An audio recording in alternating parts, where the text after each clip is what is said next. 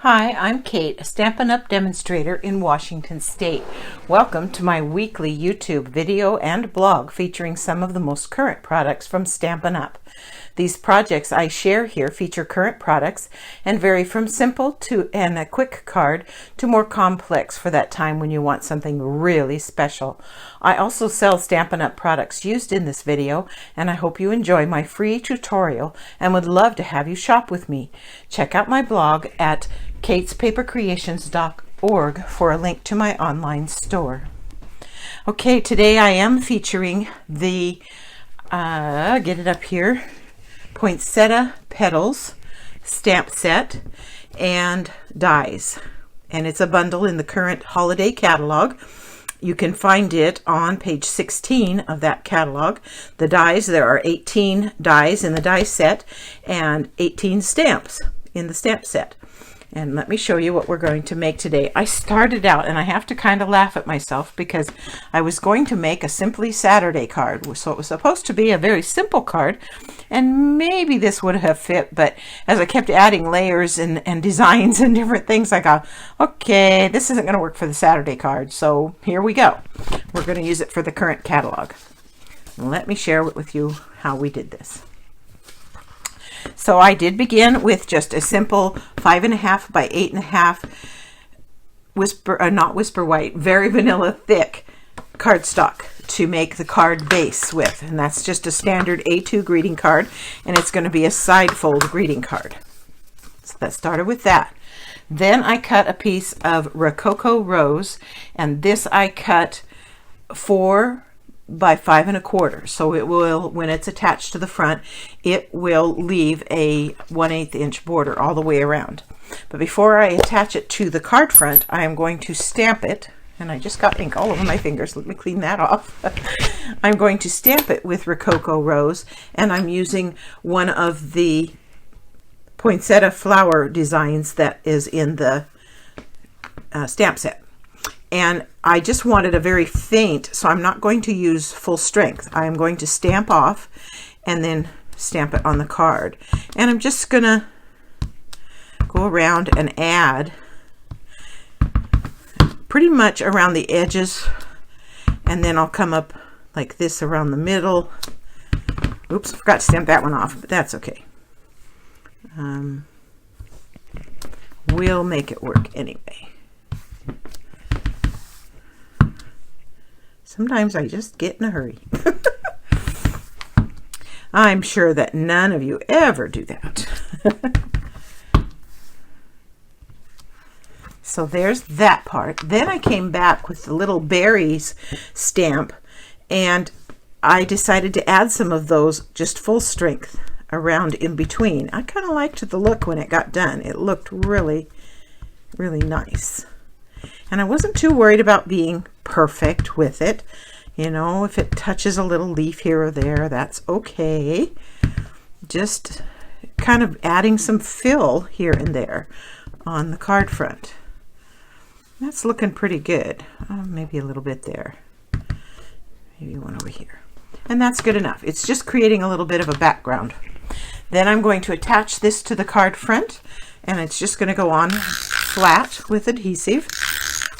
You can use the new Stampin' Seal. I don't have that yet. When I run out of this, then I will buy some of that. But for now, I'm just going to use up what I have on my supply. And then leaving that 1/8 inch border all the way around. So there's the base card with that. The next thing I attached was this. And this came from this set of Forever Gold Specialty Designer Series paper, laser cut Specialty Designer Series paper. It has different sheets with different things. They have some sheets that have all these different designs, and this is the sheet I got the piece we're using out of. And then there's some panels as well that you can use, panels like this that you can use for backgrounds. So beautiful, beautiful laser cut. And if you don't want to use the gold side, just a little tip, you can turn it over and use your blends pens and color the back side and create a whole different look, which I did on another card for another video, and you'll be seeing it when it comes up if you haven't already. I make so many of them ahead of time that I don't remember exactly what day they're going to come up. So you have to subscribe to my blog so you won't miss any. So anyway, I put this up next. And again, I just attached it flat to the front. And I put quite a bit of adhesive on the back of it. And I just centered it. And you got to kind of turn it just a little bit. Make sure that it stays, that all of the tips stay inside the card. So there's that. Okay, let's set that aside and let me show you the flowers. So I used just regular Whisper White, and in the dies, and I'm going to show that to you, in the dies there are all these petals. All of these put together will make one full-sized flower, and you can arrange them however you want, but they come with the outside that cuts and then the inside that embosses on all three of these, and then there's two of the center ones that it's combined into. So I did all of these pieces, and when I put them in my machine, my Big Shot or Stamp and Emboss machine, I put them both on at the same time. So I didn't have to do it like once or twice. I put them in there just like this at the same time, so that it's already all laid out perfectly. So they do already have, it's a little bit hard to see, but the embossing is already there. So then I got out the Rococo Rose and I inked these. And the little ones, I pretty much just inked them solid, but you know, however dark or whatever that you want them to be. I kept it a little bit light, but I did ink them all over like that. And then these, I kind of bent the petals up out of the way and I inked the edges. And you don't have to worry about bending those petals. It's not going to hurt a thing, and it makes it easier to get to those edges. And then when you get done, you can just put it back in place. It will be okay. It doesn't make it look bad at all. And we're going to kind of give them a little bit of a bend when we get done and ready to build the flower anyway, so it's not going to matter. So I wanted you to see. And I started out by just putting some color in the center, and I didn't like it. I wanted some in the center, and so I will come back like this and put a little bit in the center as well. But I wanted those edges to stand out. It really made the difference. In my mind, it made the difference and made the flower look even more special. So that's kind of a matter of taste, I suppose. And you can decide what you like as you play with them. And try and get these done as quickly as I can, because like I've said in the past, I don't have a machine, I don't have the video software that allows me to do the fast forwards and all of that. So I try to be prepared and not make you endure too much, but at the same time I like to be able to show you what I'm doing. So that is why. And it just takes a little while. Not too bad.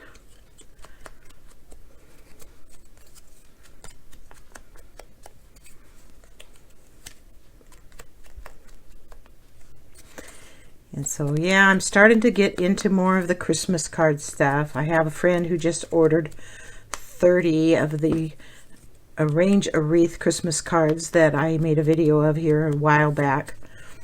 And so I've got to get busy and get those made.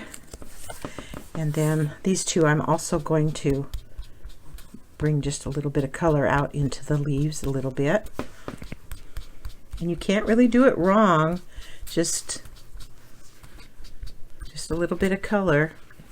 Okay, then I attached these together with glue dots.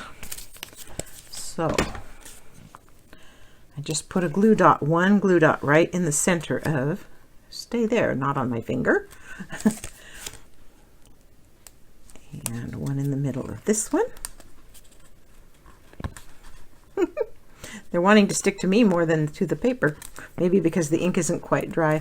There we go. And then one in the middle of this one. And one in the middle of one of these. And then we're going to start building.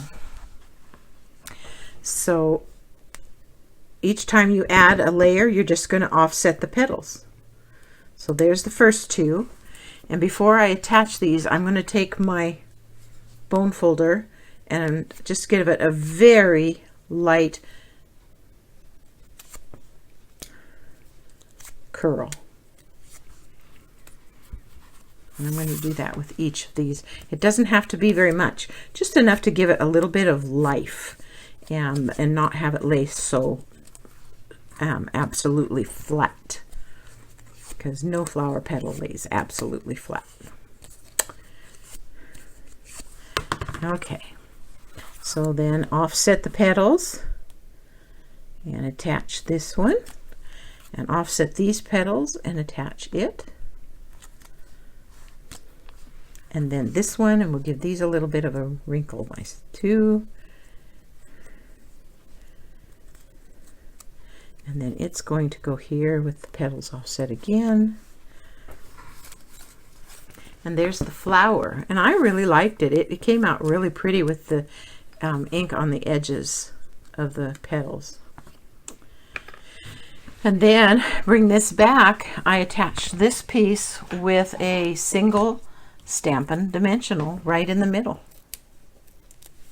and just attached it right there like that over that circle. And then that gold coming out from behind. It's just absolutely beautiful. Then for the sentiment, it's in the kit. It has a beautiful Merry Christmas, very scripty Merry Christmas. And what I did is I stamped it onto a piece of very vanilla. It's 3/4 of an inch by, what is this, 3.5 or so. Yeah, about 3.5. And I stamped it on there, and then I fussy cut it out and just kind of followed it around a little bit like this. I thought about making a kind of a tag for it, and then I decided, no, I'm just going to do it like this. It's kind of fun to just cut out the sentiment and just kind of follow the basic line. There's not a right or wrong way to do it. It just leaving a little bit of white, or in this case cream, colored cardstock around it, and it just makes it a little bit special, a little bit different. Get that out of there. And like that. Let me get these pieces out of the way. And then I went to my foam strips, because I wanted this to be raised. And I just cut a section of the foam strips, adhesive foam strips. So we will peel the backing off of those, and I just ran it right down the middle of the sentiment like that. And then we'll attach it down here at the bottom like that. And there's the front of the card. Isn't that lovely? I really like it. Then I wanted something on the inside of the card, and I wasn't sure what to do, and I looked through my stamp catalog that I make, my homemade catalog, and found from Ornate Style this lovely corner orientation stamp, and I just came inside and put one of those in each of the 4 corners, and it just added so much to the inside of the card. There's still plenty of room to write your sentiment or to add a I've got a little bit of a shadow going on here, but isn't that pretty? There's still plenty of room to write a sentiment or to add a sentiment that's stamped from one of the other stamp sets or whatever you want to do. So that's what I did with the inside. And then I wanted to share with you what I did. I like to create an envelope, and I'm pretty much just into doing flaps. So with one of them, I just took the same stamp that I used on the front of the card, and I stamped it once full strength, moved it a little, and stamped it a second time, and just put 3 of those across the flap. And then I thought, oh, it'd be fun to use that corner stamp. So I put the corner stamp on this one with the Merry Christmas. So you're getting a greeting before you even open the card. I thought that was kind of cute. So there is this week's catalog set. And as I said, I invite you to visit my blog at www.katespapercreations.org. And there you can link to my online store, and I would love to have you shop with me. There's a host code to the right of the column where the blog is at, where you can get the correct host code for the current month. And I would appreciate your business. Thanks so much for stopping by.